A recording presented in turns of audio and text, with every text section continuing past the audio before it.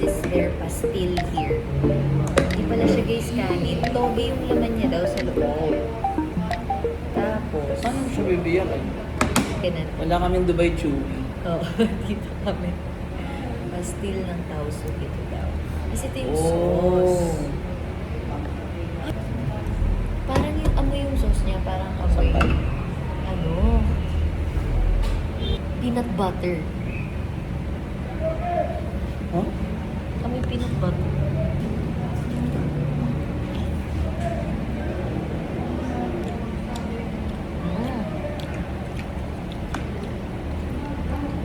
Ano siyang empanada, yung labas, empanada, tapos toge yung laman.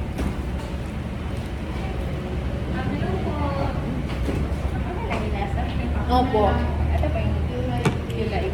Sarap po siya. Ayan ang coffee mo. Thank you po. Ito po yung, Coffee. Ice coffee. ano pang tawag? Ice coffee. Bali yung kahawa soup. Wow. Ice kahawa soup. Kahawa? Opo, kahawa soup. Thank you po. Thank you po. Check ka lang po.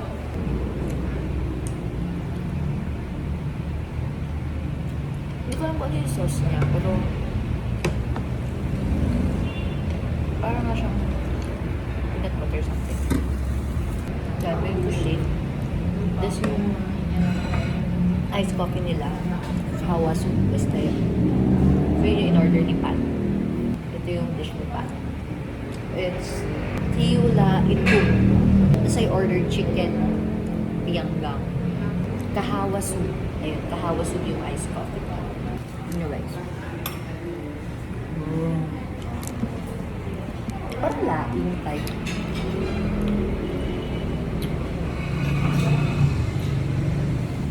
Ang strong. Tawag si Sector. Ay, ito sambal ba? Ambal. Wait, ito yung sambal nila. Opo. Yan siya. Kinakain. Lasa ano daw guys? Tinola.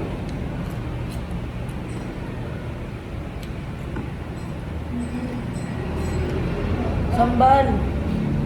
Sambal nga. Alam mo, iba yung, ano, yung tinikman natin na sambal sa Indonesia. Hindi naman ito ba? Anghang. Kaanghang. Sobrang anghang. Sorry. Ba't ganun laging may aftertaste pag maano? Oo, una hindi. Pero masarap siya. Sobrang sambal. Parang ano lang, empanada pero toge yung laman. We're trying yung local food nila.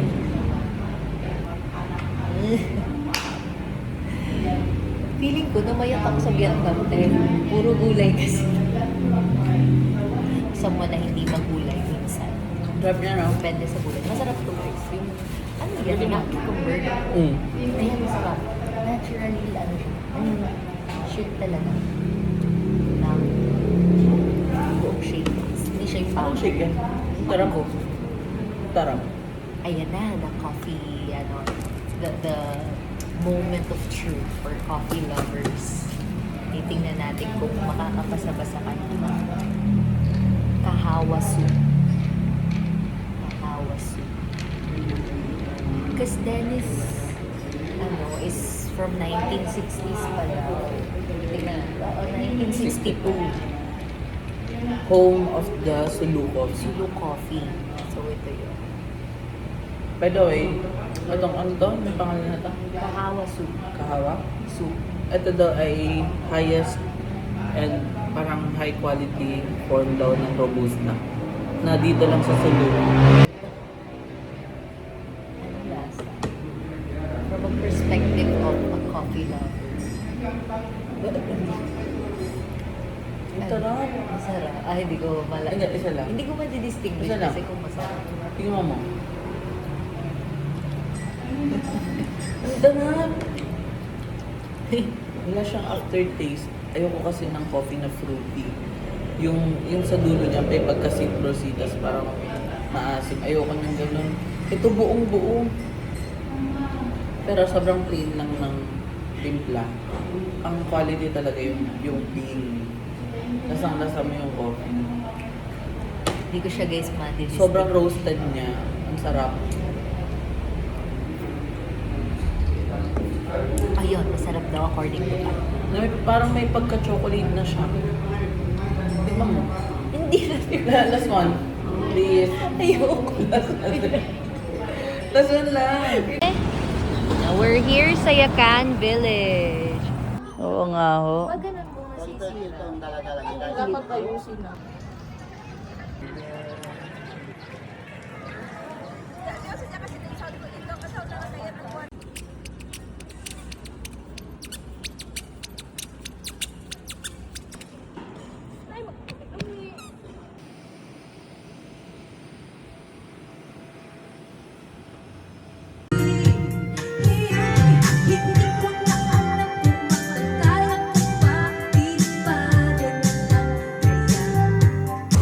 Papunta kami ng SM at mga nag-formal attire kami. Pero may Dalawang service tayo, mas lalo kayo. Ano, tara? Si Patrick ko.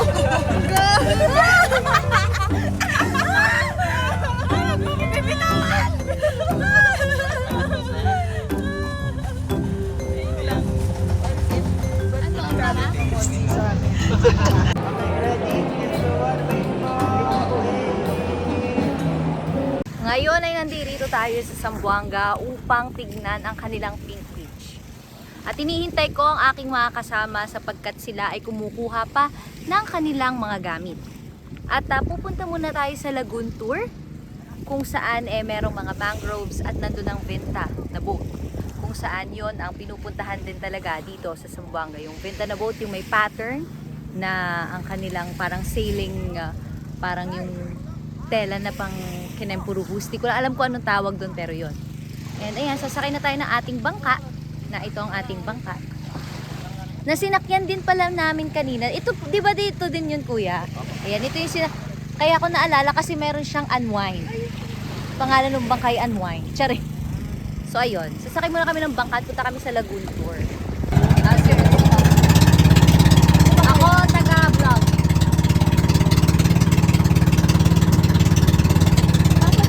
Lip-sync. Lip-sync.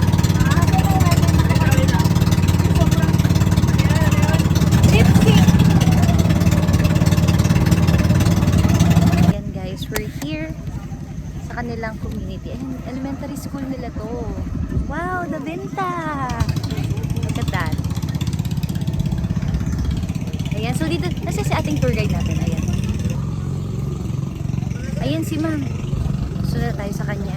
Dahil baka may attendance to. Look at the water. So green? So green. It's so clear. Rather. Yan, pag di mo alam yung place, magsinungaling ka na ng pag-tour guide. Hindi yung tinuturo ng gano'n. Dito pala yung coach. Kung saan nagsinungaling lang ako all the way. Ay, oo nga ba siya, no? Nakita nila. We're here right now. We're here at... Anong place ba? Hindi ko talaga pala. The Lagoon. Yeah, we're going to try the Lagoon Tour here in Zamboanga. And as you can see, in Santa Cruz, the Ventas are here. They're very colorful. And as you can see, it gives the character of a boat. Yeah, aside from helping it to sail, it also helps the aesthetic of it. But more than that, the culture of the people here in Zamboanga are presented in there. Sure ma, sure ma. And oh, diba? Sinungaling lang ako talaga. And it's actually every October, the Ventas are being shown in a festival here in Zamboanga. Like what I heard. Ala, parang ginigritan ako ni Ma'am Jewel. Bagsak ako talaga. Parang tour guiding ko pa rin. Ay, magkamukha na kami ng lagi kasi kami kasama sa business to work. Yeah, I'm her kid. I'm her firstborn. Sa lahat ng ay, hindi pala ako firstborn ni Ma'am Jewel. Yung mga sumunod, anak na lang kayo sa labas. Charing lang. Kapatid namin kayo. At ito ate kuya. Ayan siya. Say hi. As a known tour guide.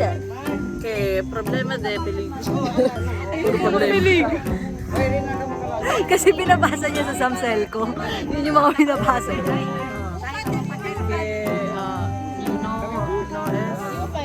Kuryente, 24 oras. Alam, dali ba tayong wallet mo?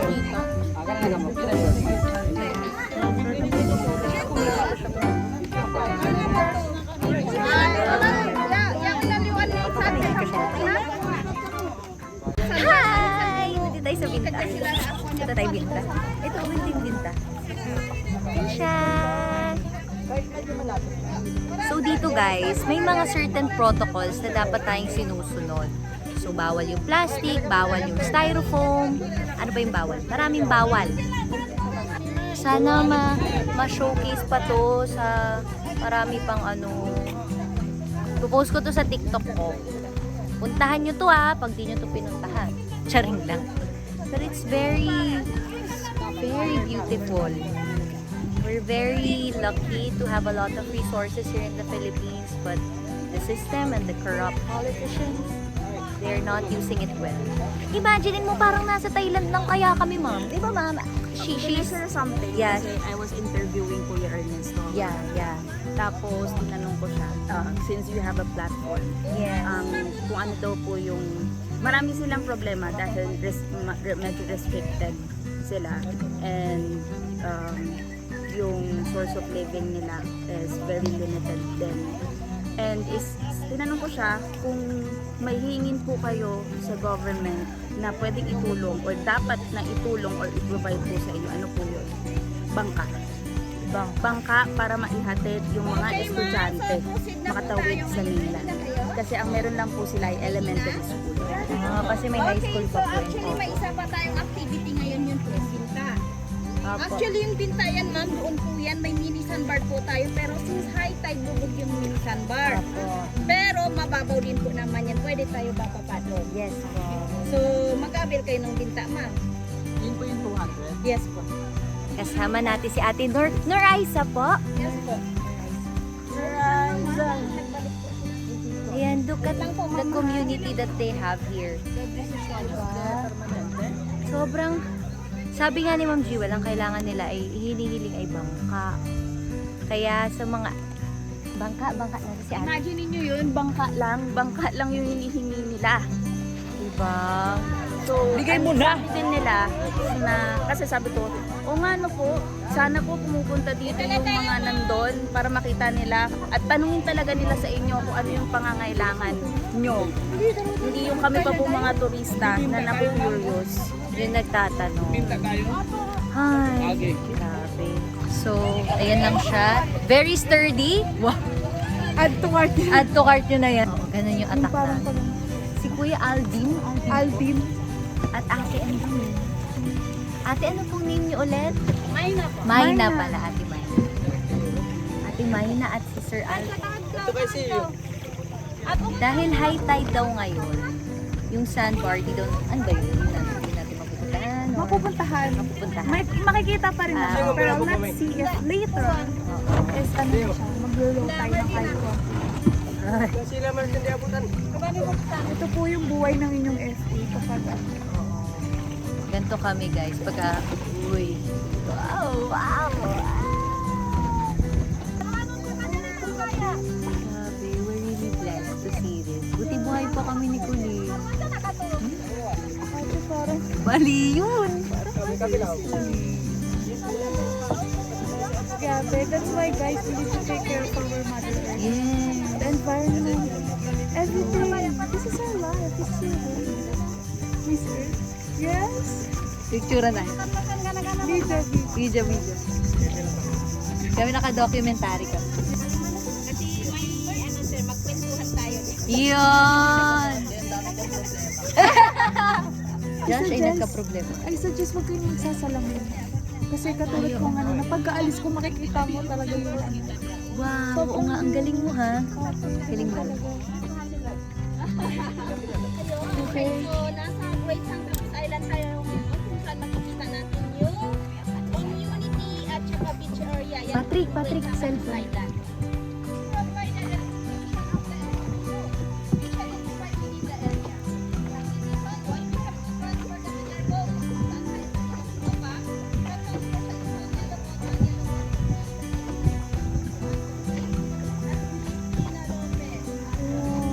Very good. Nakita mo ito? Mulo ko lang.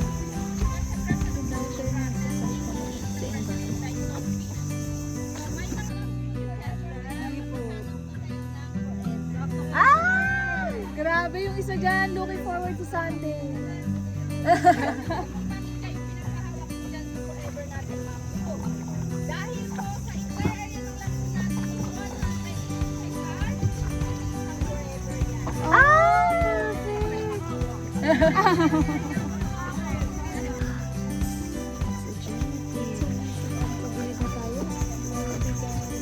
Naiiyak naman ako.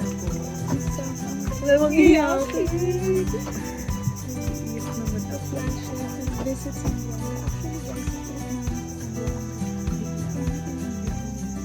Gusto lang namin malayo. Kung ano yung gusto namin. Ganda guys. The power of the environment. At more kahit maraming puno sa lahat. Diba? Alam mo, feeling ko yung Pasig River. Maganda sa siyang tourism attraction. Parang ganda rin siguro. Parang sa Thailand kasi diba, yung river nila, like, ginagawa nilang ganun na wala, nag-cruise lang sila. Tapos looking at the community beside. Di ba yun ang thesis nyo ba? Oo, hindi. Ano naman yun? Tourism policy. Tourism policy. Pasig River guys. Tapos na-try ang cruise. Kaya talaga. Sayang. Sayang. Ah! Ito na yun! Wow! Paano ba?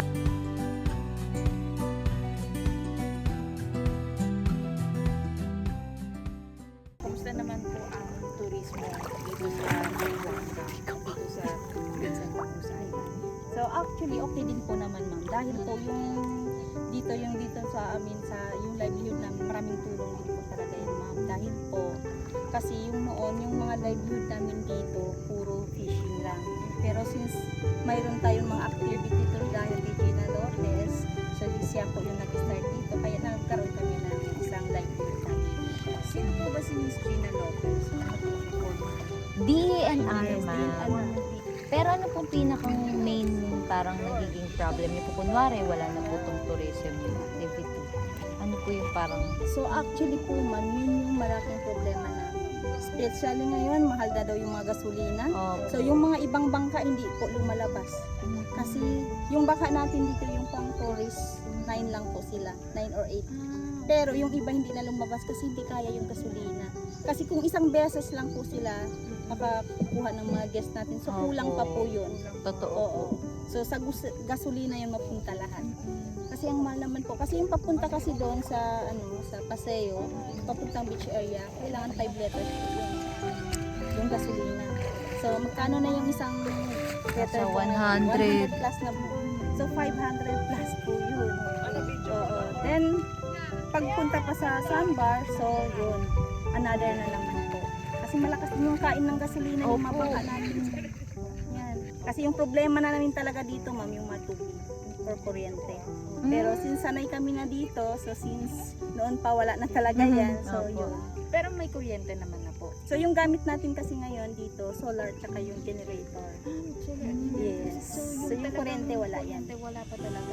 Alternative energy yes. Kaya po pala bawal dito gabihin. Yes, Kasi bawal wala yung po. overnight dito, ma'am. Opo. Hindi pa alam ko yan. Kanina naman po si Kuya Ernesto, naitanong naman po namin. Ang nasabi niya naman po ay yung bangka para sa mga estudyante. Yes, yung hindi nga daw. Parang Kasi kaya din ma'am yung mga estudyante natin, kung may mga guest pumupunta dito sumasabay, kasi yun po parang tulong na rin po yun sa kanila para wala na silang pamasahe papuntang city. So actually problema din po talaga yan kasi lahat ng mga estudyante natin dito hindi nagbo-boarding house po yan kasi hindi po afford ng mga parents. yung dalawang guide nga yung nagpapadal po sa amin ay nag-aaral. Oo, nag-aaral po. High school Karamihan po yan sila ma'am ha. sa mainland. dahil sila po yung priority dito magdala sa mga lugod natin, yung mga estudyante. Pag walang klase po sila, yes, para may extra income din po sila. Galing. Ngayon, kasi sila, parang may opportunity pa sila na makatapos sa school. Pero yung kami noon, mahirap talaga kasi wala pa yung activity namin dito. Ganito, fishing talaga yung livelihood namin. So maraming hindi nakatapos sa mga batch na. Kasi ang hirap pang yes, so, kahit nga kami mga guide, hindi kami nakatapos. So training lang po yung sa amin. Galing! Ayan. Galing ni Ate Norhaisa, oh. Kami ng opportunity na magkaroon ng livelihood dito. Salamat po. Kasi importante Mag-tourism kaya ako ulit. namin itong malaman. Kasi ako, tourism graduates po sila. Ako naman po ay nagtuturo ng tourism sa isang university sa Manila. So, ayun, parang we want to give insights sa ibang mga tao. Sila, ilan po kayo mga So actually Local ma'am, sa tour ngayon guide. po, yung nagtutour pa lang ngayon, yung guide dito, 5 pa. Lima po. Pero may na-add 2. Kasi bago lang may training. Apo. Oo. Ganito ma'am, yung binta natin ganito, kaya 200 yan, sa isang pamilya din po yan. So estudyante po yan. Para ka po yun sa kanya. Kasi yung lahat ng training natin, wala po yan mapupunta sa city, lahat po yan mapupunta sa community. Perfect. Yes, dahil parang tulong na rin po nyo yan dito sa Opo. amin. Hindi lang po enjoyment yung pinuntan nyo doon. So nakaka-contribute pa kayo dito Opo. sa community. Naku, sana dumugin si na ate dito. Paano kaya? Hala, paano pag dumugin na si na Ate Norhaisa dito? At nakapanayam nga po natin si Ate Norhaisa, isa sa mga local tour guide dito actually, yung wifi sa Zamboanga. namin dito, ma'am,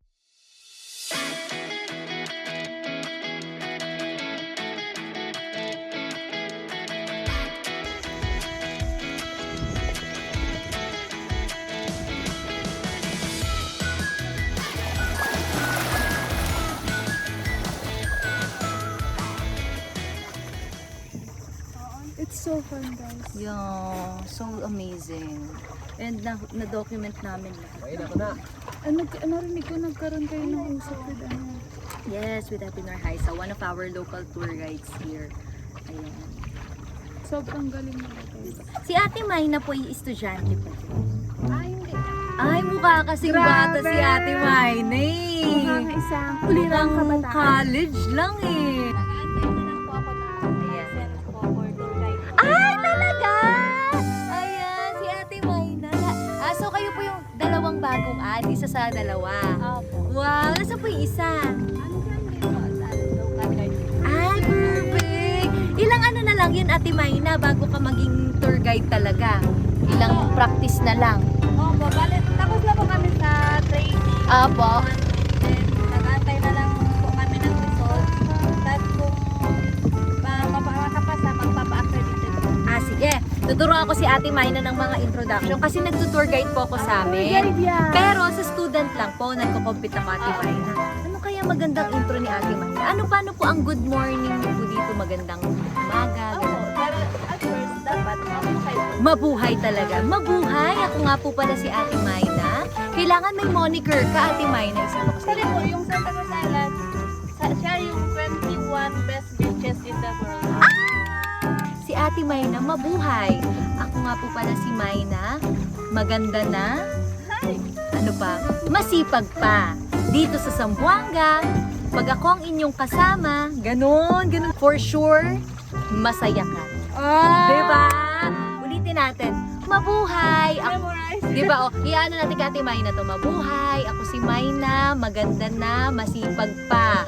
Dito sa Zamboanga, pag ako ang kasama, for sure, masaya ka. Ayan, yan kay Ate Mayna. Pag naging tour guide si Ate Mayna, maano niya yan. Ate Norhaisa, tinuruan ko na si Ate Mayna ng moniker niya. Maganda na masipag pa, Mayna. Ganyan. Diba? Yan si Ate Mayna. Mag-hi ka. Mayna, Yes! Yan si Ate Mayna. Grabe, ang linaw ng tubig. Grabe. Kunwari, pag may tourist, sila na pumapawili sa inyo. Sino lang sa So actually, doon sa payment nyo ma'am, kanina 1,700, lahat na po kami nung, andun na po yung sahod namin. So actually, sa guide, 300 yung payment. So yung sa 300 na yon 5 kami maghati-hati mo. Then yung paddler natin, 300, dalawa yung paddler natin. sa mga boatman natin. So, tatlo po itong paghatian nila. Sa 300, so, tag 100 sila. Kasi yung bangka, nirent lang po. Sa isang araw po, ilang guest po So, usually? depende po yan, ma'am. So, minsan po, dalawa. Pero minsan naman po, paramihan din. Sana. Depende sa guest. Pumapasok po. So wala po kayong like payroll kumbaga? Oo, wala. Dapat meron. Wala po, ma'am. Wala ko COS sila. Ako din. Grabe naman. Grabe, no? Pag di kasi ako pinasok ng TTD. Nag-apply ka ba, Bel? Nag-apply ako. Nagreklamo Alam mo naman. ni reason sa email ko, because wala daw akong 1 year work experience. Yung kasi po yung mga time na gusto ko na mag-resign. Nagpasa ako. Hindi pa ako 1 year nun.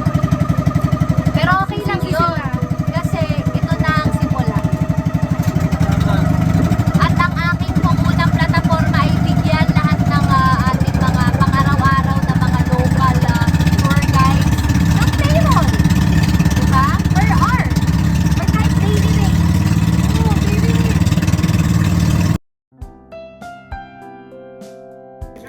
Isa-isa na. Bibili na lang po natin sa ano para sa sausawan. Lasing lang. Ang magkapal.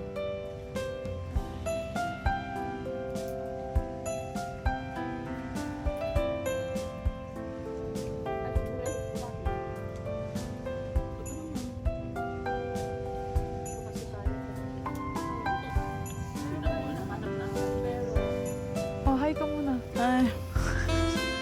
Talagang Dito kami ngayon. namumuti-muti. Labi.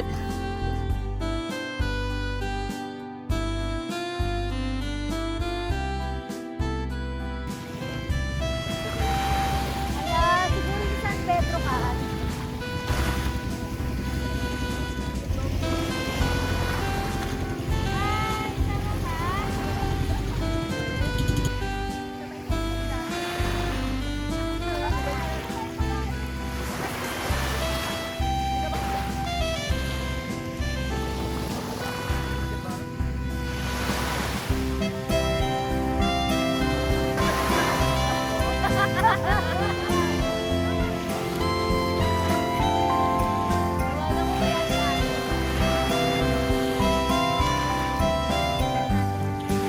Uwi na ako mga baby.